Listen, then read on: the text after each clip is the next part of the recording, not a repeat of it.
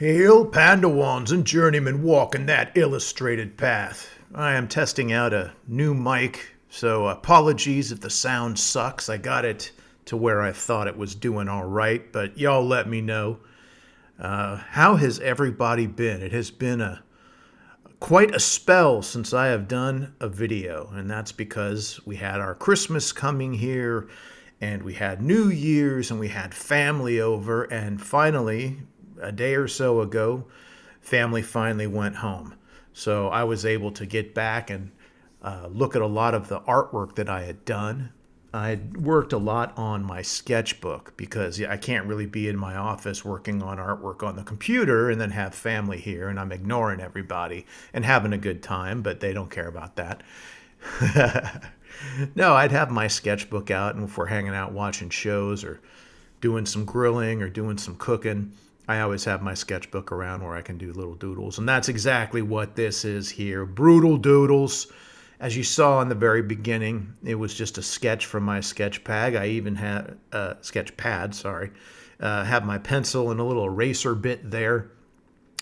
And I did a lot of the tone work on the page, but not too heavy because I knew I was going to go into Photoshop. But if you can see here, I'm working on just barely it's really one layer. I had the base image, and then I took that base image, copied it, and then I gave it some contrast and all that. And then I took that same image and I just sort of moved it into more of a mid-tone sort of area. I made it darker. That's why, if you're looking at all the pencil and stuff on the side, it's kind of muddy because I changed everything dark. And now I'm just erasing that layer, and that's showing the contrasted layer below it. So it's really simple steps to do this, and you can take it to even more extremes and have more layers. But things like this it's just really good to get something that maybe you did a quick sketch and you don't want to spend all that time and graphite smudging and darkening up like we used to do in the old days for those old manual artworks that we did for the manuals for the games. Man, we went through so many pencils. We killed so many because we were trying to get in that super dark, saturated black, really heavy. I mean, we could have just done ink, but we were using what we had on hand, which was basically Bic pencils or, just regular mechanical pencils we had in the supply closet for people taking notes and all that kind of stuff. But we just used what was on hand and made it work. But nowadays, you can still do a lot of that, but if you just take a picture of it, I just took a picture straight off my phone and just slapped it in here. So nothing fancy. But as you can see, and you'll see later on when I go back between the layers, it really gives this nice, kind of polished look. And I sped this video up, so it's about 10 minutes long. It was only 16 to begin with. I just didn't prepare and have anything to talk about for 16 whole minutes. And as you can probably hear now, I'm starting to run dry at 3.5 minutes. What am I going to do? I'm going to persevere. We're going to keep on jaw jacking until the cows come home. And we actually have cows here. I see cows in the fields all the way to my house and stuff like that. So it's kind of a funny expression. I see where it actually came from. So again, still working on that one layer. It was just a darker version of the original, and I am erasing so you see the original layer below.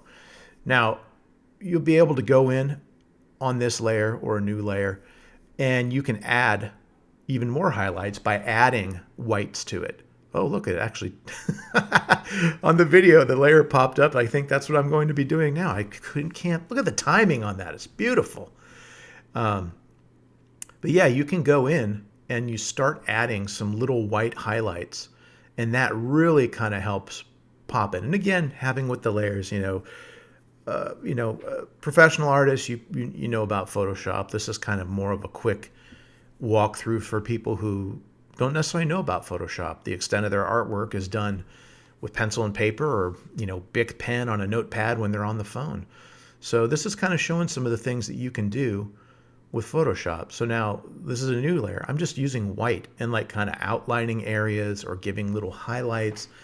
And it kind of gives it that, again, one more step of polish. Now, you could be doing this all on your art tablet. And I've done this many times. You could get a kind of a gray tone sketch pad where the paper is actually gray. It kind of looks and feels like the texture of those shopping bags you'll get at the store when they used to use paper bags.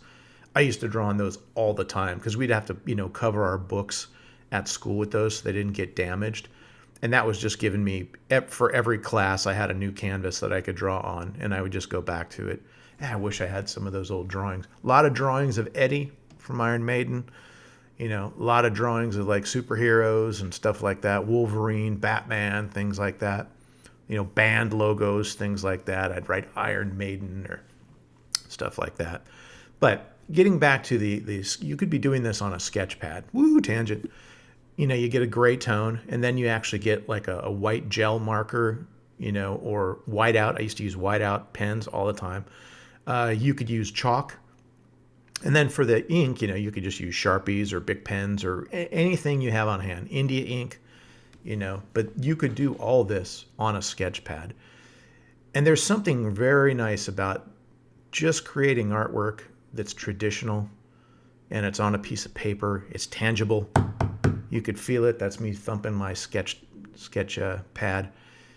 And there's something nice about it, but there's also something nice about being able to take something just rough that you did. You had an idea. You had a brain fart. You were sketching something, or you had this idea. You saw this billboard sign or something. You're like, oh, and you do a quick little doodle or write something down.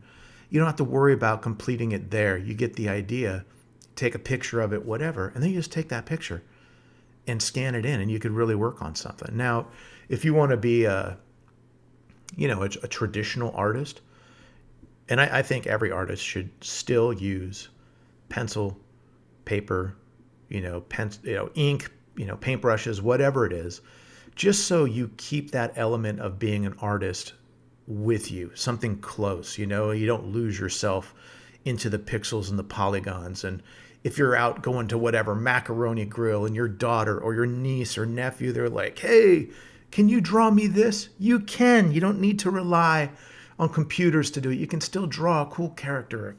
Draw that picture of Wolverine or Rainbow Bright, whatever the kids are into these days. You can still do that. And it's just fun.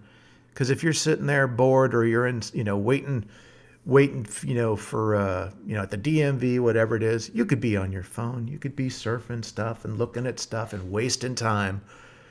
Or you can be doing some brutal doodles, catching up on some of that practice that you need, all those hours to become a great artist.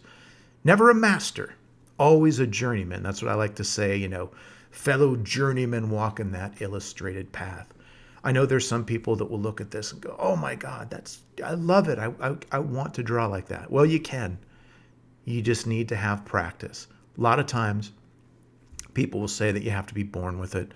I don't think that's true, because I think that, here's me going in now, doing an even darker sort of area. Am I going to do that? Yeah, like giving it a little vignette, kind of darker on the edges. But what you really can do is, like, I've never played guitar, and I think I've said this before, so sorry if I'm repeating myself, but this video might be someone else's first video they watch. So if it is, hello. If I started practicing guitar right now, I could probably be pretty good in a year, let alone 10 years. But there's also going to be people that are just naturally attuned at that and will always be better. Don't worry about other people being better, that do stuff that you want to do. There's always going to be people who are better. There's always going to be people who are worse. So just start doing what you want to do. If you want to be a writer, pick up a book and see how the writer writes. And then if you like that style, write like that. Same with art. I learned drawing, recreations of Conan comic books and things like that when I was little. I know some artists have said when they joined Blizzard, I used to draw your artwork, from the manuals, and I loved your stuff. It's like, great. It doesn't matter how you create art, as long as you create art. That actually sounded pretty prophetic.